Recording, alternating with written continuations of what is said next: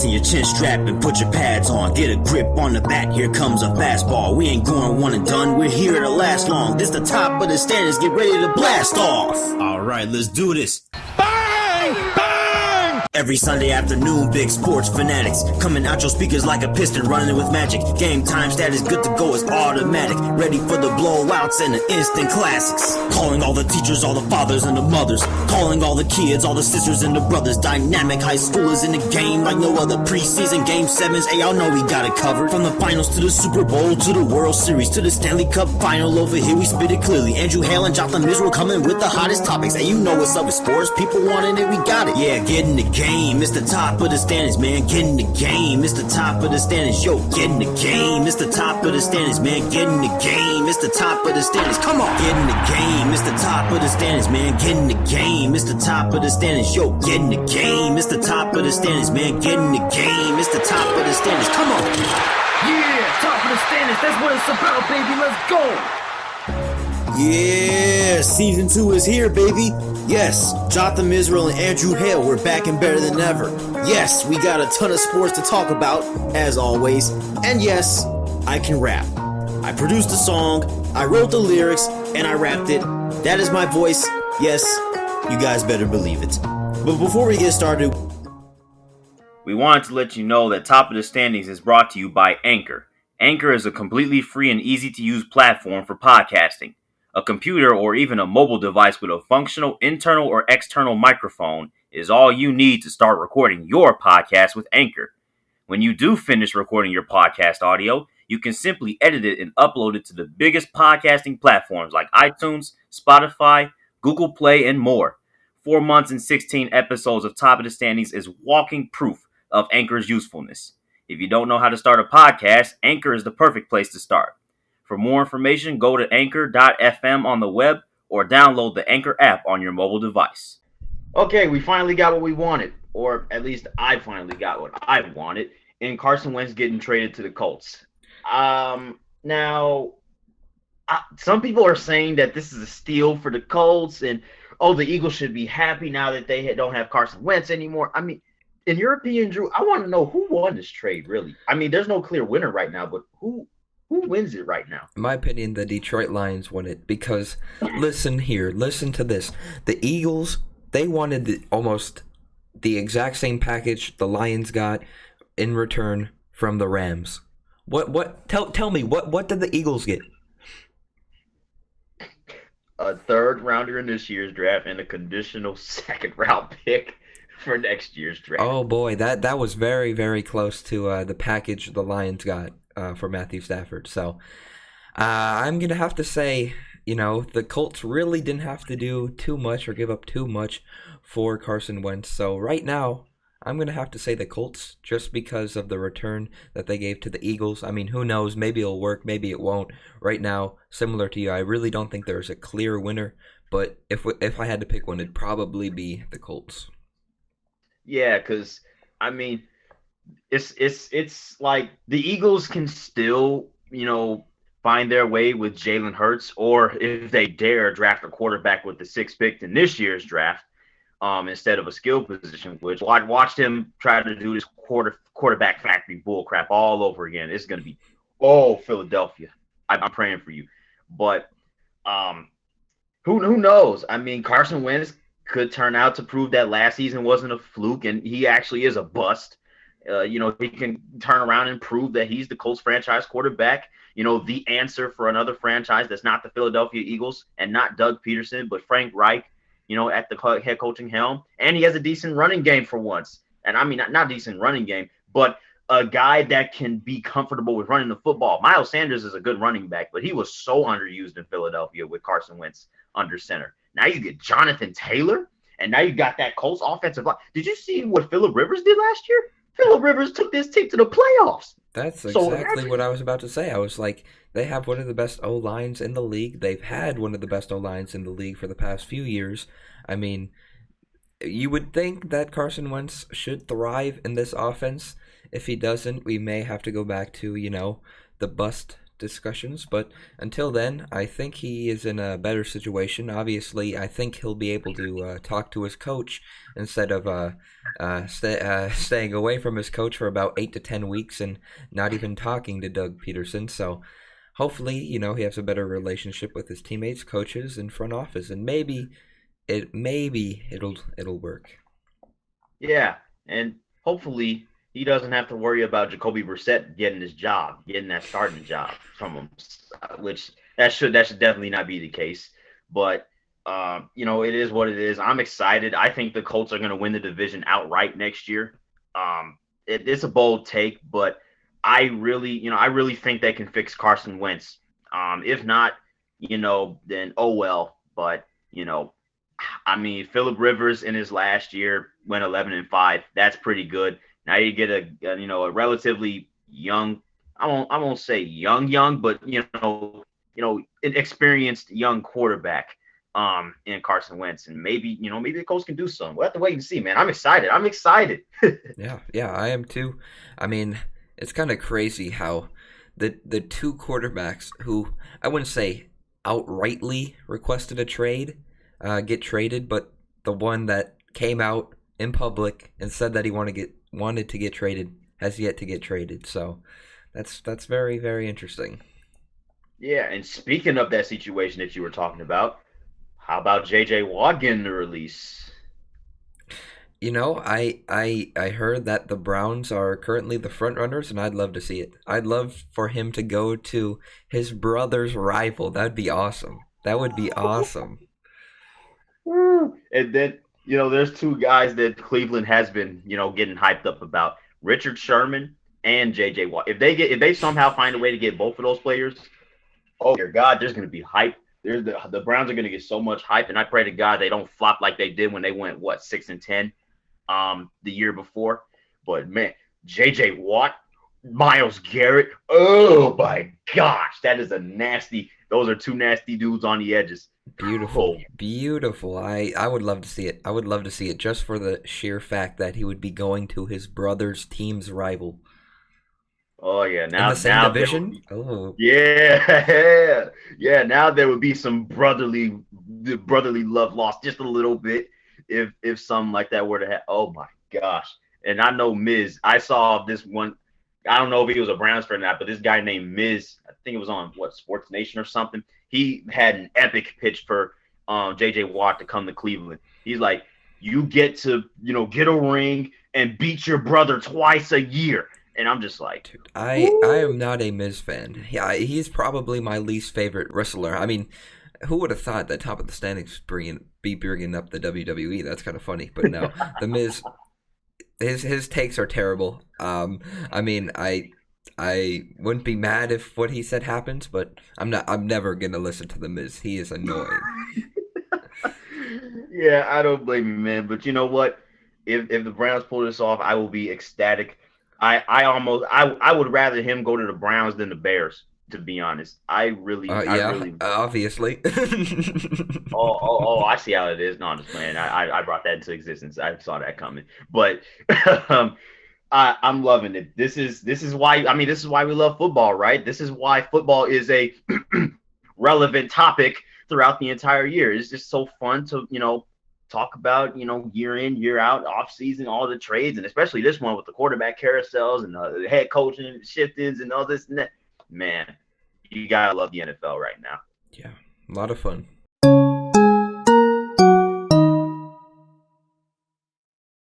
Speaking of fun, college basketball just never stops giving me surprises. Yes, we won. We finally won. Michigan State won. They came back too. They were down 19-6 and ended up winning by 6. Love it. See, I told you should have faith in that pennant over there. I told you should have faith in that team. The season's not done yet, obviously. You know what I'm saying? You still, and hey, your win over Duke, it got boosted too, because Duke then turned around and beat Virginia, which I totally saw coming because the numbers. I don't know. I remember. I don't know. I don't know if it got boosted too much because, before that, Duke was 0-3 against ranked opponents. That was their first win over a ranked opponent. So. Yeah, I know, but it definitely doesn't hurt the Spartans. I mean, the Spartans definitely didn't get hurt last night. Um, but that win over Indiana was huge because now you're fighting with the Hoosiers over bubble maybe and maybe a at large bid. Depending on how deep you guys go in the conference tournament. I mean, we obviously know the Big Ten is going to be up for grabs for anybody at any point in time, except if you're in Nebraska. But dude, I mean, there's so many bubbles that were helped out a little bit. Um, I don't know what to say. I mean, the Big 12 is really trying to make their case as well for trying to be the best conference in college basketball. I mean, the Big 10 and the Big 12 are basically trading haymakers. Some great Big 12 games. West Virginia is having a knack for a comeback. I've seen so many West Virginia comebacks. They come down from 20, coming back from down 19 in the second half and stuff like that. They're seemingly never out of their games. Yeah, they've always had a pretty good program over the years. Obviously not top notch, but they've always been competitive. It's good to see. I mean, I don't mind West Virginia. I think they're a good team. Yeah, I think there's a lot of good teams in the Big 12 too. I mean, I know Texas Tech is on a slump, but I think they're still a dangerous team to look out for. I mean, obviously we know about Baylor. Whoo, boy, I'm telling you, man, we're getting closer and closer. Only 2 weeks, 3 weeks away from the conference tournaments, and then ultimately March Madness. Man, and then we're gonna have fans in the stands for March Madness. Oh my gosh, at a limited capacity, of course, but still, it's something. I mean, hey, you don't want to jinx it, so hopefully there's March Madness this year. Knock on wood. There you go. Yeah, I mean, we can hope. I mean, it would be good for the sport. I just, hope it is as competitive as it has been in the past few years. Again, I'm still trying to see a crazy team like, I don't know, Loyola Chicago, who we jinxed again. Right, like literally, we jinxed them just like we did Drake the week before. So let's be quiet about these teams that we enjoy watching. How about you praise Scum? Yeah, and they were they almost lost. It was close, but Michigan, you're very good. Hey, you're coming up. It's very close. You have a rivalry game coming up very, very soon. I wish you the best of luck. I mean, it's an easy win for you. You play Michigan State. I mean, it's easy. I mean, just come in here. Don't just you probably don't even have to practice. Michigan State's terrible. I mean, come on. It's funny because the game is literally on right now. It's hilarious. This is so hilarious. How I mean you just see it coming from Michigan eventually. They're going to go on that crazy run. You know what I'm saying? They're gonna go out and win the Big Ten. I mean they're the highest ranked team in the Big Ten, of course, as we know. They've obviously had a great season. Keep on praising them, please. Come on, yeah, keep on going. Representing Michigan better than we expected them to. Yep. Maybe we'll see them in the Final Four. Oh, I hope so. I really do. I think they'll get there easily. Oh yeah, I'm loving this. I know one team we might not be seeing that we probably should have saw last year. My Nittany Lions. What a missed opportunity, man. Yeah, that's very, very unfortunate. I'm sorry, man. I'm sorry. Maybe someday. It is what it is. But you know what? I'm just ready to see all these other somebody that hasn't won a national championship before win the national championship or something like that. Hopefully. Agreed.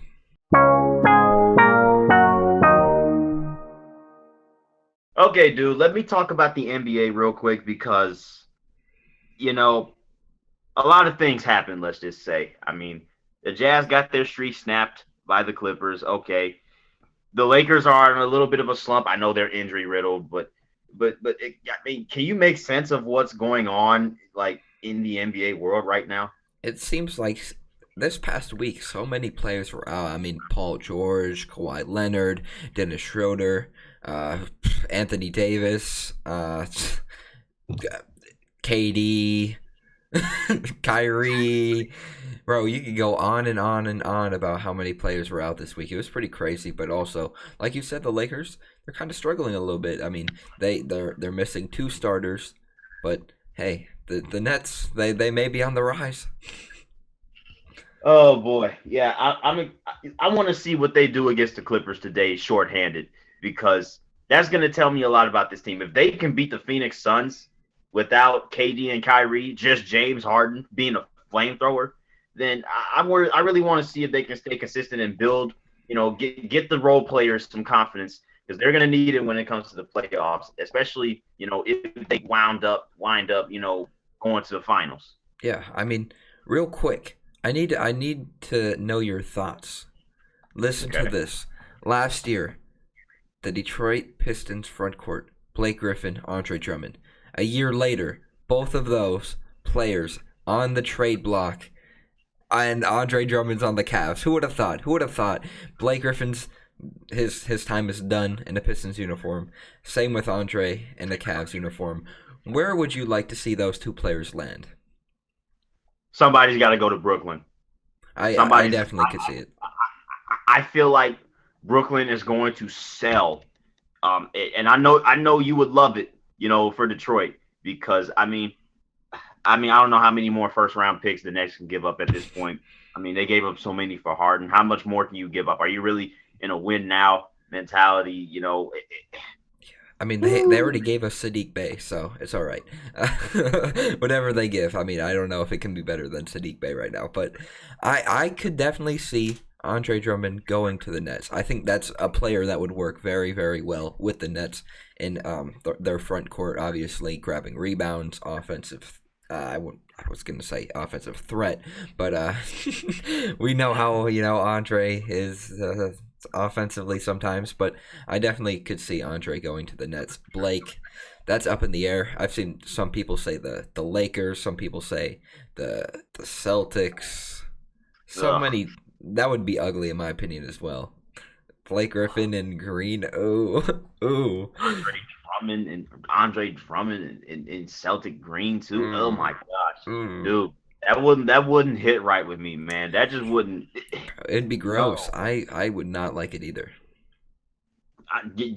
Take them somewhere like I don't know, Philadelphia or something. No. No. Sixers. No. Especially not Andre Drummond. His rivalry with Embiid, Pacers. Still a rivalry with Embiid. I don't know. I think Blake would fit better in Indiana, in my opinion. How about the New York Knicks? Yeah. I mean, I wouldn't mind. I guess. I mean, for either of them. I mean, I think it would be a decent fit. Yeah. So we're about to trade Derrick Rose and Blake Griffin to the Knicks. I forgot you traded Derrick Rose to the Knicks. Okay.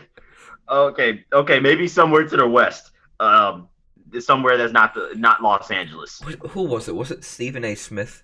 I think it might have been Stephen A. Smith again. But he said that Blake Griffin should go back to the Clippers, but he first has to apologize to Steve Ballmer. Why should Blake Griffin have to apologize? He got a 5-year extension and then gets traded months later. Why should he apologize? That makes no sense. Why should he apologize? The trade literally made no sense when it happened. It was just like, you just signed this man to a 5-year extension. What are you trading him the next year for? How does that make sense? I was shocked when the Pistons got that. I was like, oh my God, what? After he just signed a 5-year extension for all that money? Why? That made no sense to me. Why should Blake have to apologize? If it wasn't Stephen A. Smith, I'm sorry, but that's who I believe said that. It was... I was like, huh? I mean, maybe, but I just don't see Blake Griffin ever wanting to go back to the team who sold him off to Detroit. Yeah, I highly doubt that too. But you know what? I mean, all this stuff is happening before the trade. All these trade rumors that have been going on well before the trade deadline is even in existence. It's just like it's insane to think about how we're talking about this insanity this early in the NBA season. Yeah, I mean, I said this earlier. It's almost like the trade deadline has already arrived. Yeah, dude. Although I want to mention some individual performances because I've seen some great individual performances. I know he did it in a losing effort, but your boy Jeremy Grant, you keep on talking about him in Bro, 43. he deserves an All-Star bid, in my opinion. I mean, at this point, if Lillard didn't get in over Luka, I don't know if Jeremy Grant will get in, but I hope he does. I really hope he does. I mean, he has deserved it. He's playing at an All-Star level. I mean,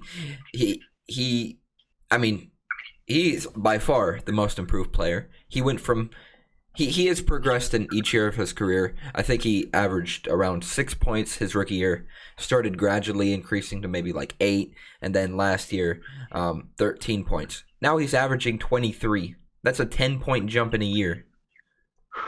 And Give him that. He's going off. He's going off. Each night he had a streak of, I don't know, 15 straight 20-plus point games. That's insane. And give him that MIP, bro. Just give him the MIP. He's already earned it. And I have one more crazy stat that I saw watching the Pistons game. I think he leads the league. He has the most games with 20-plus points, 2+ made 3-point field goals, and 1 block, 1 or more blocks. He's leading Kevin Durant, Brandon Ingram, Giannis. Wow. See, that's production that's not just offense, that's defense too. Yeah. Oh my god. Getting blocks, making 3 points, 3-pointers, and then scoring 20 or more plus points. 16 games with all 3 of those stats. Wow, that's got to be somewhat fun to watch. I mean, we figured that the Pistons were going to look extremely different this year, but this is a bright spot, man. This is a bright spot. That was a steal. Oh yeah, 100%. I mean, he's definitely the best player the Pistons have had since Blake Griffin, 2018-2019 Blake Griffin, when Blake Griffin was an All-Star. I do think that Jeremy Grant should be an All-Star. But like I said, if Damian Lillard isn't starting, which he isn't, and the fans voted Luka in, it's going to be tough for Jeremy to get in. But based on the coaches and the players' votes, he ranks 7th among reserves. So there's a chance. I definitely think he's deserving, but I guess we'll have to see. I really think he should be an All-Star, though. Yeah, and obviously, I mean, the fact that the Pistons were, in that game against the Bulls like that was, I mean, the game was fun to watch, but I'm looking at the Bulls as well. Like, are you guys really trying to push for the playoffs? And that might be another trade destination for, the 2 former Pistons. I think the Chicago Bulls, they're trying. I think they're right on the verge. Like they're half a game behind the Knicks for that A seed. So, and you know how weak the East can be sometimes. And I think they need some more offensive production, in my opinion, because this past week, I mean, this whole entire year, it has essentially been the Zach LaVine show. Other than that, I mean, you got Kobe White in there, who. He's done some things during the season. Obviously, they're the only 2 teammates in NBA history to hit 8 or more 3-pointers as teammates in the same game. But other than him, they haven't really gotten too much production as a whole. But I definitely think they need something else. They just need something else to get some more offensive production, because it can't all come from one player. We've seen how this has worked. James Harden in these past few years hasn't been able to, accomplish much, or the Rockets as a team haven't been able to accomplish much. So you need to find Zach LaVine some help. Yeah, definitely, because I've seen so many close games that this team has lost. Like the one against Golden State, where I believe it was Damian Lee who hit a game-winning 3. Then obviously we know about Damian Lillard's dagger. This team just has trouble closing out games, and it's just like, how is this team so undisciplined in the clutch? And it's just like, geez, man. Yeah. I mean, they're gonna have to fix that, in the second half of the season. And I'm obviously gonna have to see what that schedule is looking like, because we've seen some teams with some weak schedules and some strong schedules, and we're gonna see what these teams are really made of and all this and that. The deal. But one last thing, I want to talk about the Milwaukee Bucks because Bro, you they're broke struggling. him. You broke him. The Magic broke him. In the playoffs, the Magic broke him. Did we really crack the code on Giannis?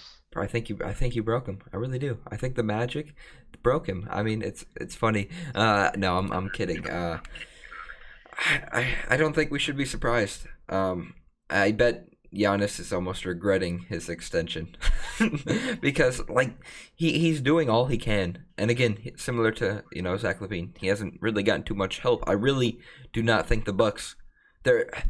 Who can I compare them to? They sure they can win in the regular season. Can't do a thing in the playoffs. Capitals. Sure. Hey, maybe even the Packers. Bingo, right there. That is it right there. Giannis Antetokounmpo and Aaron Rodgers. They've hung out too much. Wisconsin guys.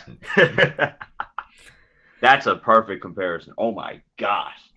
But yeah, dude, Giannis. I mean, me personally, I would have stayed just because Milwaukee. Yeah, sure.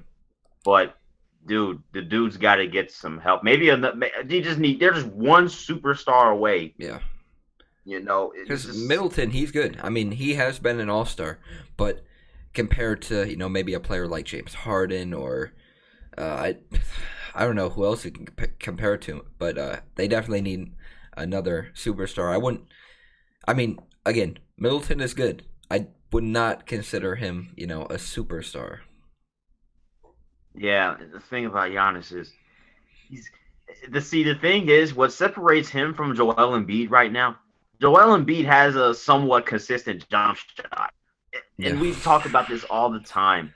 And it's just like, if Giannis could shoot, maybe this team would have had a finals trip before. But it's just like, come on, man. It's really funny. Like, some days you see players actually guarding him from three, and then other days you see the person guarding him take that. And then he bricks. I mean. Yeah, it's like, some dudes just don't respect his 3-point shooting, and for good reason too. Yeah. I mean, I don't know what to say about the Bucks, man. I wish they would get over the hump, but man, imagine if they pulled off that Bogdan trade. That would have gave them a somewhat consistent, wing three guy, dude. Oh my gosh, it's like they're trying to put the pieces together. They reconstructed their team, and maybe they're like the Nets. Maybe they need time to get their new team really clicking together and stuff like that. Yeah, because you're right. I mean, they have an entirely different team. Drew Holiday. I mean, even Bryn Forbes on the bench. They got a lot of different pieces. I don't know though. I don't know. It's not looking good because we've seen what the Bucks can do. I mean, and they have done what we have normally seen them. Obviously, they don't usually lose 5 straight games, but they need to fix something. They like you said, they need to get a superstar. They need to fix something for them to propel them into superstar team, because I do think that they can be that.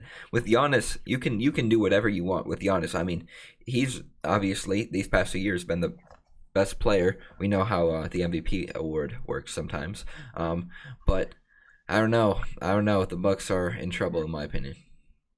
Yeah, but you know what? One last thing I'll say about them in the NBA. You never want to count out the other. I mean, you just want to look at what the other Bucks did down in Tampa Bay, and they had a franchise overhaul. It was like a completely different. I mean, uniform change, new quarterback, bringing players in mid-season out of nowhere. Doing all this and that. They're 7-5. No, everybody's like, you guys suck. You just lost to Kansas City. They're going to beat you. You're not going to go back to the Super Bowl. You're not going to – Tom Brady's washed, all this and that. They had all that criticism, and they ended up winning the Super Bowl. So with the Milwaukee Bucks, I guess we should never count them out. But, yeah, they are in trouble. They're gonna need, some things if they want to, if we want to say Bucks are the champions again. Yeah, exactly. The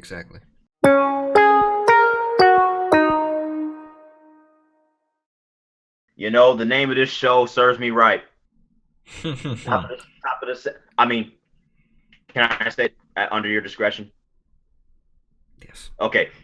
Top of the standings, baby. Top in the division. Let's go. I'm hyped, bro. What did I tell you? You need to have some confidence in your team. They're a good team. I told you. You're like, I don't know. Maybe it'll be tough for them to, break into the top 4. I was like, no, they're going to be good. They're going to make the playoffs. I mean, I was questioning who are they gonna lean on outside of Andrei Svechnikov and Sebastian Aho, and I'm just like, but hey, these guys are stepping up. I like it.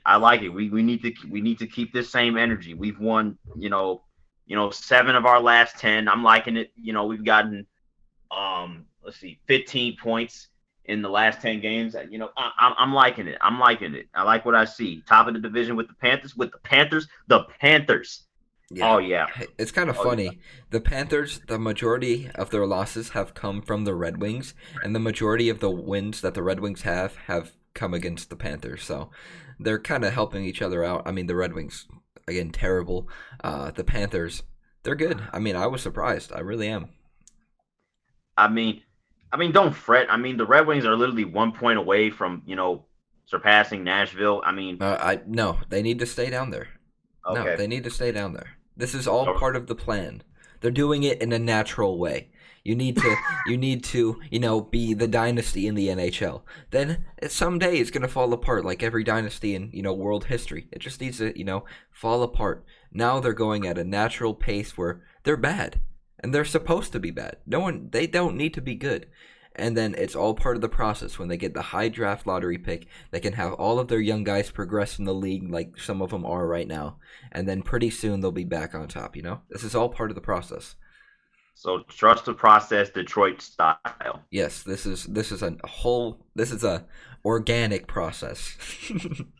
Oh, okay. I'll keep that in mind. But yeah, as long as the Red Wings keep, upsetting these top teams and still stay at the bottom of the Central, I guess the part of the plan is not that bad because, competition, like you have the ability to beat, if you can beat the teams, at the top of the standings and you can still, properly and sneakily tank as well, hey, I'm in. I have faith, in the next 2-3 years that the tank will pay off. I'm going to be honest with you. I don't think they're sneakily tanking. I think they're actually tanking. If you watched the game from Friday, the Red Wings lost to the Panthers 7-2. This is not a quiet tank. Okay. I take that back. But yeah, bottom line, man, I'm happy to be a Canes fan. Yeah, I'm sure. It's like we're up and down seesaw. It's like the Red Wings. When the Red Wings are good, the Canes probably aren't. The Canes are good. We did beat you in the Stanley Cup playoffs, Stanley Cup Finals. So we were both good at a time. Sorry, had to bring that up. It was necessary though. yeah, I'm just playing. I'm not fretting about that much. Although I wish I was alive to see your reaction. Yeah. Obviously that would have been the Canes' first championship, but obviously I wouldn't have hated the Red Wings, at the time because I don't hate them now. How could I hate them back then? Yeah. But yeah, that would have been fun. But now we're in the same conference and it's just like, same division too, and it's just like, it's not gonna happen anymore. It's like the Eastern Conference Finals is our new Stanley Cup final, and I would love to see it. Yeah. How it's snowing outside, right? It's snowing. It's snowing almost all around the world. In Texas too. Who would have thought? But yesterday there was an outdoor game. And yeah. it had to get delayed because apparently the sun was causing problems. Lake Tahoe, I don't know. That's a very odd place to have an outdoor game. But nonetheless, it happened, or it kind of happened. It started to happen. It postponed and then it resumed. But if you guys didn't know, the Vegas Golden Knights took on the Colorado Avalanche at an outdoor game at Lake Tahoe. And the game had to be canceled at the end of the first period. It had to be canceled because the ice was starting to melt under the sun. So They stopped play at maybe, I don't know when it started, maybe like 2 o'clock, and they ended up resuming at midnight Eastern time. So that was just so random. I mean, I know. outdoor game at midnight in the second period. Like, dude, how did they even get the lighting to work on it? Like, it was like when you look outside the rink, it was like pitch black. It was like playing under a black screen. Like, I didn't see anything outside of the snow and the trees and the forest or whatever. And imagine if like a bear interrupted the game. Oh my god. Coyote or something. You guys say they got six weapons and a whole lot of pads. But poor referees, though, they wouldn't have no protection. Yeah, and speaking of the referees, they were tripping and falling all game. They kept on getting, tripped up in the divots made by the sun. That was very random. And we can talk about the jerseys too. I mean, hey, the Avalanche, they had their former team, the Nordiques jersey on. They were pretty cool. And then I actually got a text from my dad. When he turned it on, he thought the Flames were playing because of the Golden Knights jerseys. The all red. It was. Hey, I think that the Vegas Golden Knights have the most unique color scheme in the NHL, let alone the entire professional sports. I mean, it's really random. I mean, all red when your team is the Golden Knights. Yeah, and then your home jersey is mostly black and gray. It's like they really take it to the extreme, when it comes to their uniforms. And you know what? Rightfully so. It's freaking Vegas. Yeah. Freaking Vegas. I think the Raiders should take notes and maybe pull out some random. I don't know which one. Maybe gold. Dude, yeah. I don't know, but I think because I remember ESPN NFL 2K5 and the Raiders had they had some type of yellow in their cover scheme. I think they had like a yellow helmet once, like way back in the day or something like that. I gotta look back, but yeah, I mean there were some weird uniforms that came through. Packers had all gold. The Vikings had a yellow jersey. The Dolphins had blue jerseys. The Cardinals had blue jerseys. It was just like it was weird. But yeah, the Vegas Golden Knights, yeah, they got. Like, if I were to pick a jersey for my sister to wear, that's the first jersey I'm picking. Hey, that's fair. I really, really do enjoy their jerseys. I think they have one of the nicest in the league. I also want to know, I don't know if it's just me being a Penguins hater or Sidney Crosby hater, but what's going on with Sidney Crosby? His name has been brought up a lot. Well, yeah, on the ice, he was on every 1,000th game, and yeah, the entire team mimicked him. Yeah, I mean, I also heard that he might want to get traded as well, or he said he didn't want to get traded, but there's been rumors as well. Yeah, I don't believe it. I mean, the Penguins are somewhat. I won't say they're Stanley Cup contenders. They're still playoff contenders, and maybe could sneak in and make a run. Okay, you're not having it. Yeah, I mean, the Islanders have been on the rise as well, and I mean, who knows? Maybe Lafreniere is starting to come into his own as a New York Ranger, and somebody can sneak in there and steal a spot from the Penguins, because usually the status quo is Bruins, Penguins, Flyers, Capitals, and that's it. But looks like lesser teams are starting to get in. Maybe I hope the Devils can start a run or something, because they're second to last. But and they got a new captain as well, so hey, maybe that will boost some morale. But hey, can we get our weekly update on the Canadians? It's funny. It's starting to come into fruition now. The Canadians still have played the least amount of games out of any team in the North Division. The division leader Maple Leafs have played 19. The Oilers have 20. The Jets have 17, and the Canadians have 16. So they still have points that they can still rack up, but still seeing them, hanging on to that last playoff spot. It's just like. Maybe Drew was right. Maybe he was right. Hey, the boat's starting to tip. The boat's starting to tip. Oh, brother! If there's one team I want to be in the playoffs instead of the Canadians, it's the Flames, just so I can see my Oilers Flames. Yeah. That's really all I want. But my dream four in the North is the Maple Leafs, the Canadians, the Flames, and the Oilers. That's my dream four. I mean, I guess it's not terrible. Again, not a big fan of the Leafs. Again, I think they're like the Bucks. They're not good in the playoffs. So, we'll see how that works. I don't 30 know. points. I'm hoping something crazy happens. I'd love to see Edmonton in there. Love to see the Flames in there again. Even Vancouver, but I guess we'll have to see. Yeah, I really do want to see your reaction.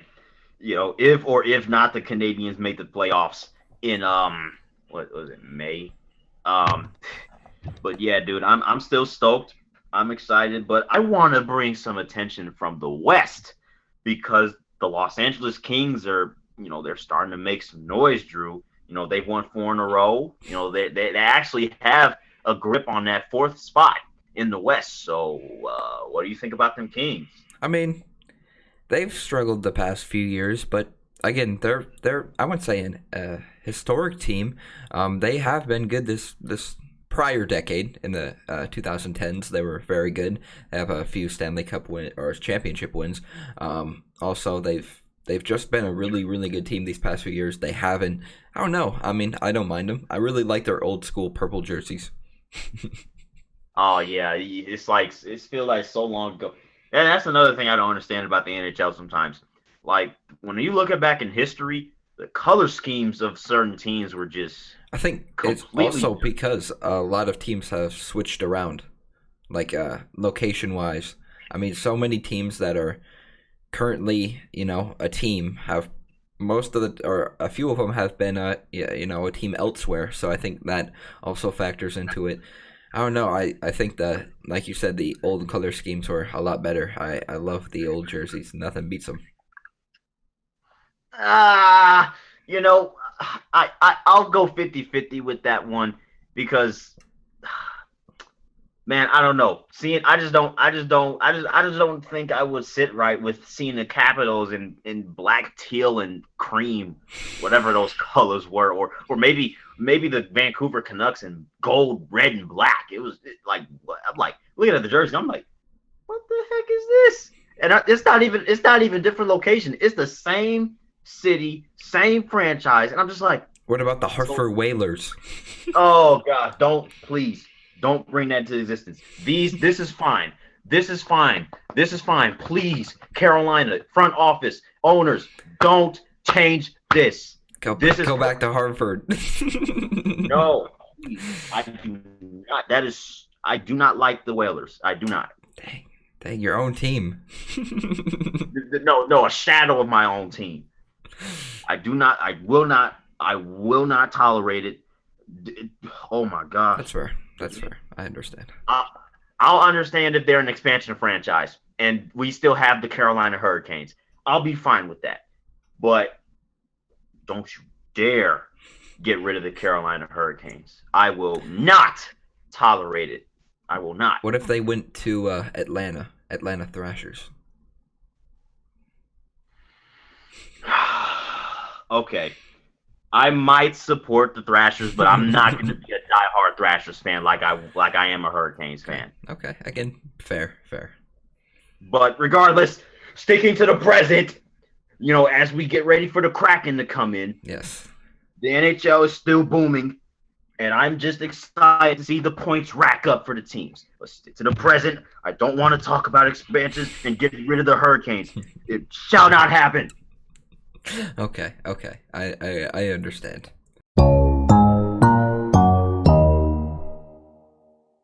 All right, Drew, let's get into MVPs and LVPs. Now, I saw your comment from really early in the morning, so I apologize for the robbery. Yeah, but right. Who is your second choice for your MVP? It's going to be Zach LaVine. I mean, as much as I'm not really the biggest Zach LaVine fan, hey, he got into it with my boy Josh Jackson, so I got to stick up for my team. I still think Josh Jackson would win in a fight between the two. Nonetheless, it has to be Zach LaVine. As much as I am, again, not the biggest Zach LaVine fan, I have to give credit where credit is due. He has probably been the best player over these past few weeks. I mean, I mean, he's been crazy. I mean, he's averaged 33.1 points, 5.7 rebounds, 5 assists in the past 10 games. So if that's not worthy of an MVP award, I don't know what is. A very, very good player. Not the biggest fan, though.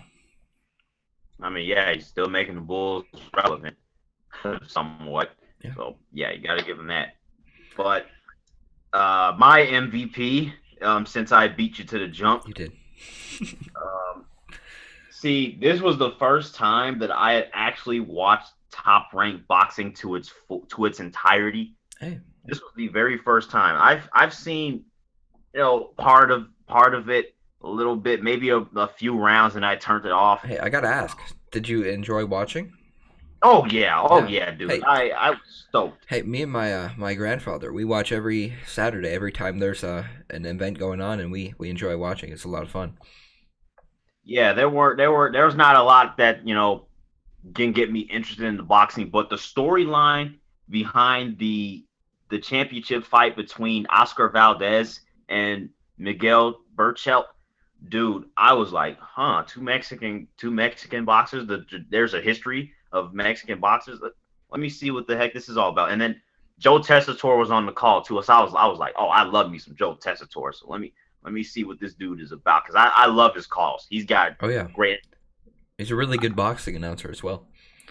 Yeah, I wish he was as good as a football announcer, but Monday Night Football, ESPN, just straight garbage. But I have to give my MVP award to Oscar Valdez for pulling off that upset in the way he did.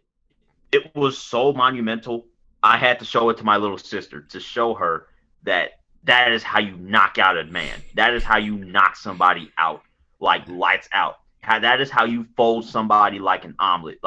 And I hope that Miguel is all right after that, because he was down for a good 2-3 minutes. Yeah, it was pure dominance the entire fight. I mean, the first 3 rounds after that, you could tell that the champ he was struggling a little bit. It was tough to I was so impressed with Berchelt's ability to not be knocked down. Did you see that? He was wobbling all the way around, kept on getting hit in the face, and he has a tough chin. He was not getting knocked down for the life of him until the final KO. Dude, that was so epic. Looking at the replay, Berchelt was laying it all out on the line for those last 5 seconds of the 10th round, and Valdez was just duking and ducking. And the way he was looking, the look on his eyes, I was like, "Oh, that's epic.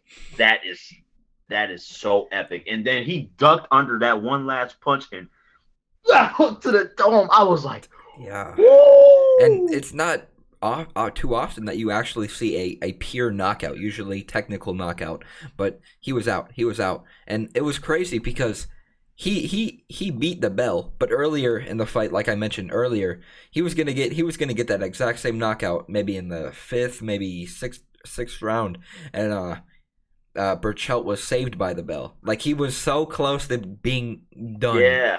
and the bell saved him. This time the bell did not save him, and it was a buzzer beater. Yeah, that one last second, 2:59 in the 10th round. That was so raw, because as soon as he crumbled to the ground after that punch, the bell rung, and I was like, that is too perfect. That is like Hollywood scripted. And I was like, the ref is saying it's over. I'm like, oh my gosh, 'cause I was obviously rooting for Oscar, because just looking at the storyline, I was like, okay, he's the underdog, so my standard on underdogs. Berchelt definitely was talking that stuff. I don't care what he says, but this and that. I'm like, oh my gosh, Oscar Valdez is so humble. And his post-game interview too, he said the exact same thing. He was talking about how announcers were doubting him, his opponents were doubting him, his teammates were doubting him.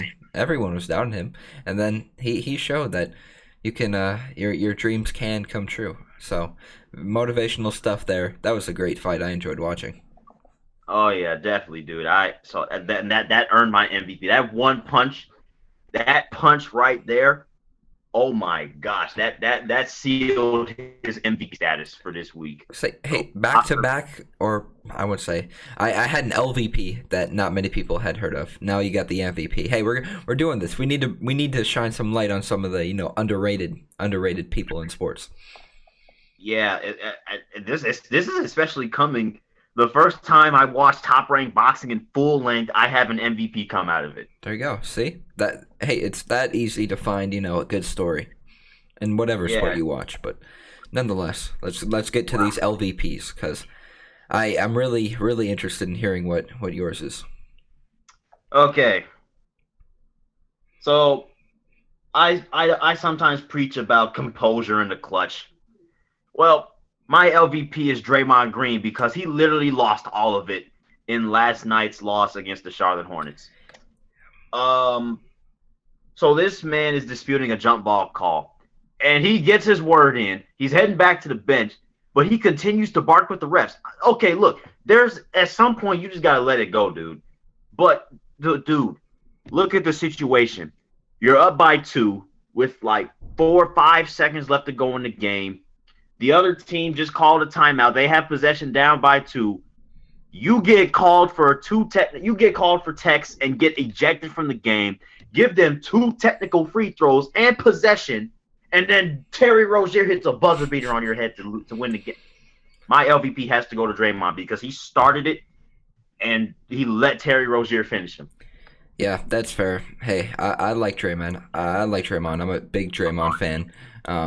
I really am. I'm a Michigan State Spartan dog, really underrated player in my opinion. Hated on a lot, but yep, sometimes he loses his composure, and that was probably the worst that we've seen happen when Draymond loses his composure. Yeah, and even Steve Kerr had to, call him out a little bit on that. Like you went too far, dude. That's not the situation where you could just do that. I mean, you just don't do that with a chance to get one more defensive stop, maybe shoot some free throws and win the game and get out of Charlotte with a dub. But nope. You let the Hornets get one on you, even though Curry wasn't playing the game. But still, that was one that you definitely could have won. It sure was, and you should have won because the Hornets were dead. They were done. Now, what's your MVP? Because I'm starting to get tired of this, man. My LVP is the Houston Rockets. We're going back to the NBA. This is just so weird to me. I've never seen this before. So obviously, during the preseason, the Rockets signed DeMarcus Cousins to a non-guaranteed deal, right? So he's played really well alongside John Wall, former teammate at Kentucky. They've been clicking all year. I mean, especially when Christian Wood has been out. Boogie Cousins, he's been filling the void. He's been really good for the Rockets. So two days ago, they finally guaranteed his contract. So after not having a guaranteed contract going into the seasons, they finally guaranteed it. Less than 24 hours later, they say that they are going to part ways. Huh?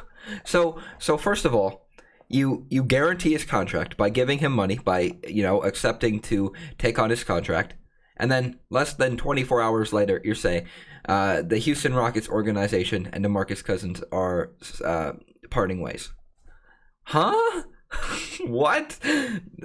I mean, I get that you're going for the youth movement with Christian Wood, and I 100% agree because Christian Wood has been really good. These past 2 years, Christian Wood has shown that he should be an all-star almost. I mean, I love Christian Wood. I'm still kind of salty he didn't re-sign with the Pistons, but I mean, that makes no sense to me. You're going to guarantee DeMarcus Cousins his contract, and then 2 days or less than 24 hours later, you're going to say, "Yeah, we're actually parting ways." What?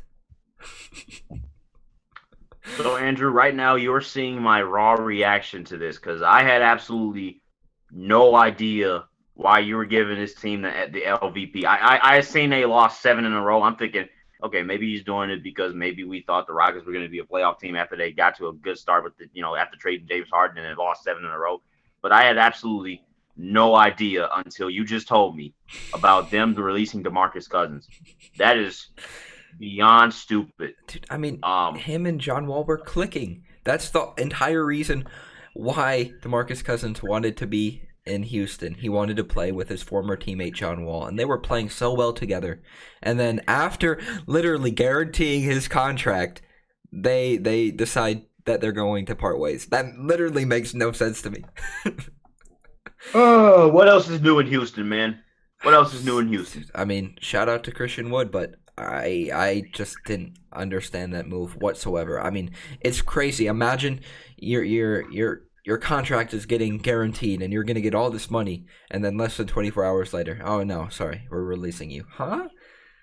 Wow, that is beyond stupid. Oh my gosh, I had to look this up on my phone just to make sure that I was hearing this right. I had no idea.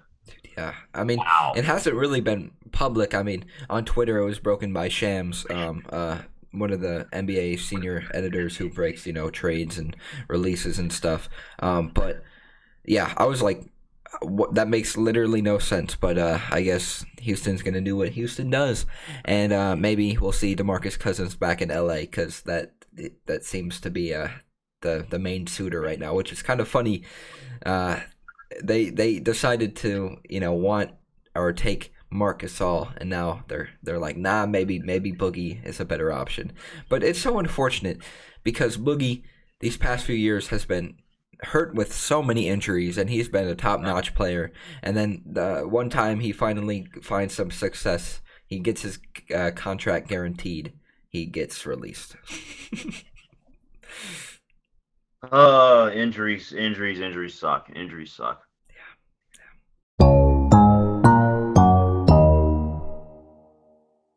All right, dude, let's get into some trivia. So, last week I actually had a NFL playoff stat that I wanted to ask you about.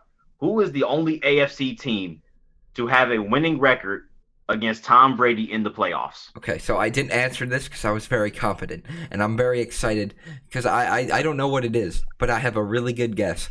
And if I get this, I'm going to be very upset. If I don't get it, I'm going to be very upset. Okay, is it the Denver Broncos? Yes. Yes, yes, yes. That's why I was so confident. I didn't even want to say my guess because I was so confident. Uh-oh, I think I know what's coming up. There we go. Yes, sir. These guys. Yes, These sir. guys. Yes, sir. That team. Yep. Those flags, that banner, Yep. all that. Yep. And those were the golden years. Some of those playoff wins came in the golden years of my Broncos fandom. Oh, 100%. Mine as well. I was a big Broncos fan back then, especially when, obviously Peyton Manning. That was the fantastic team. Yeah, that was my guess as well because I literally remember watching most of those games on TV, and I was so ecstatic that the Broncos got Tom Brady out of there. Yeah, and I was just, dude, like literally, yeah. So the Broncos are 3-1 against Brady in the playoffs. Obviously the two AFC Championship wins that Peyton Manning, brought. Then back in 2006, the year 2006. They put the Patriots' three-peat dreams to an end by beating them in the divisional round. And then the one loss was obviously when Tebow got spanked after, beating the Steelers in the wild card round. That crazy I think it was Demaryius Thomas, that touchdown pass in overtime. Yeah. But I could be wrong, but I didn't even realize the 2006 win happened. I was going based off of the two Peyton Manning wins. Just I was like, that has been the only quarterback able to really take Tom Brady's throne. But I believe, I could be wrong, but I lived in Denver in 2006. I may have attended that playoff game. I could be wrong. I was 2 years old, but I could be wrong. It was definitely the hot talk in Denver. Because obviously, the Patriots, they were looking to win 3 championships in a row. Yeah. And not only that, the Super Bowl was in Detroit that year. So, yeah. Obviously there had to be some. That was the Steelers, right? Yeah. Yeah, the Steelers. Yeah, the Steelers won the Super Bowl that year. Yep. Yeah. Actually. Yeah, I may have attended that Broncos Patriots game. I could be wrong. Obviously, I don't remember. I was 2 years old. But yeah, those two Peyton Manning wins are what I base my guess off of, because just Peyton Manning. I remember watching those games. That was a fantastic team. Let me ask you this.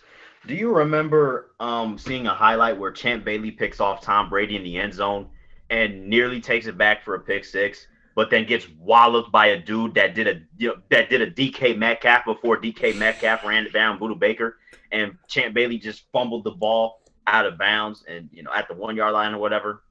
I probably do. For the primary reason was because my dad was a massive Champ Bailey fan. He had a Champ Bailey jersey. My sister did as well.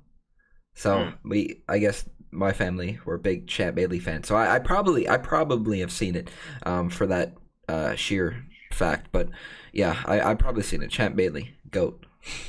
Yeah, maybe ask a family member about it, since you may have attended the game. If they remember that moment, then I'm sure that proves that you were at the game. Yeah, because they were at the game. Yeah, they saw that. I'll have to ask. But my trivia time. I think we need to give the fans a break and do something easy. Something just easy. I mean, not too easy, but something that you could get a good guess off of, because some of our trivia questions in these past, I don't know, few months have been pretty wild. So tired. Listen here. Can you name the original 6 NHL teams? Now I know them off. I know them when I look at a piece of paper. Yeah. Of all the teams in the NHL, but I can't name all 6 just off the top of my head. See, the thing that allows me to remember it is I think of I wouldn't say iconic players, but teams that you would think have been here a while. Obviously, they're the original 6 teams, but more East Coast teams. You wouldn't think hockey in the West, right? You would think more East and Central. So that's how I think of it. Canadian, East, Central. And that's a big hint. Okay.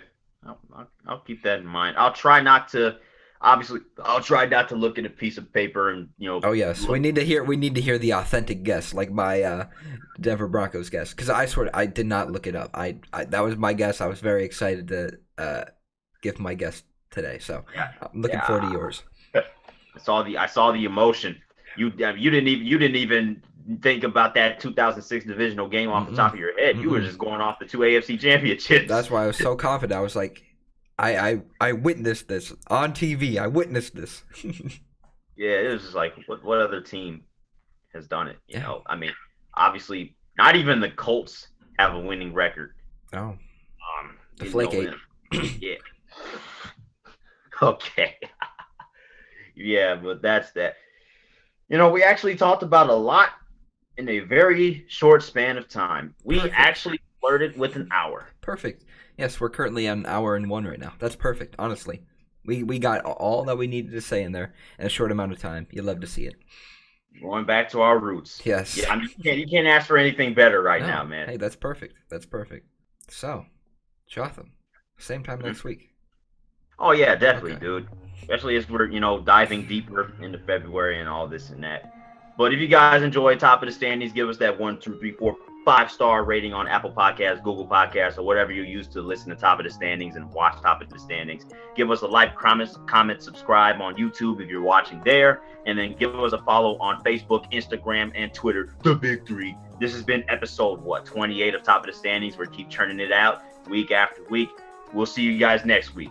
Peace.